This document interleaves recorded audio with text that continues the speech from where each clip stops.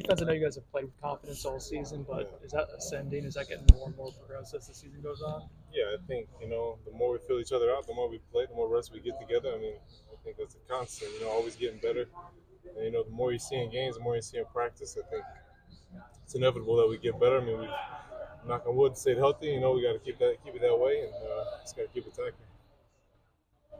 Performance that you guys had against Syracuse, especially the defensive front, is what went into that level of just say domination. It was pretty close to that though. Yeah, I mean, it was sticking to our fundamentals. I mean, Odell's been preaching since the beginning of camp that we got to stick to our fundamentals and play with technique, and I think we showed that on Saturday. And he's getting off the ball and making plays. And we had a lot of guys flying around, and we were able to get some young guys in, which is great to get them reps. So that's always good for us. So yeah, no, I think we just came with the right mindset. We got to keep that going.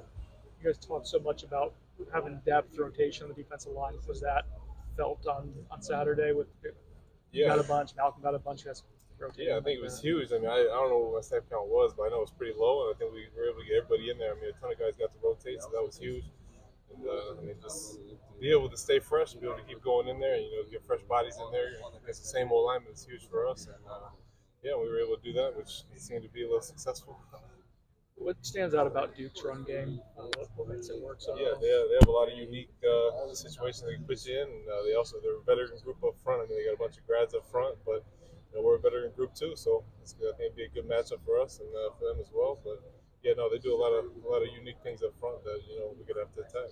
Can you explain what you mean by unique things? Yeah, just their different gap schemes. They run. I don't want to get too in depth in it, but yeah, I mean they do a lot of unique things up front. I mean, plain and simple, and we got to stay disciplined, stay in our gaps. They do a good job. They'll attack whatever you give them. And if you get out of your gap, they're going to take it away from you. So yeah, we gotta play discipline. Obviously, there are some question marks surrounding Riley Leonard's availability for the game. Yeah. How tough is it to prepare for two quarterbacks? I mean, you keep a simple game plan for both situations. You got to be prepared for both. I mean, they're both really good quarterbacks. I mean, they can defeat you in certain ways, and they're both competitors. They're going to go out there and get their best shot. I mean, it's a really good football team. So I think no matter who's back there, quarterback, I mean, I think they're going to be a threat. So we got to come prepared.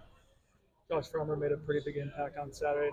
Not a ton of reps. So it's what makes him so effective. Yeah, huge impact. I mean, Josh, he's gotten better every single game. Every practice he gets better. I mean, his confidence is through the roof right now.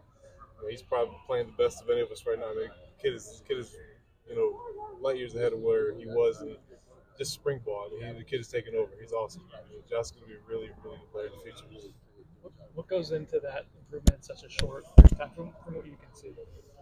Just trusting the process. I mean, we become the best D-line coach in the country here, so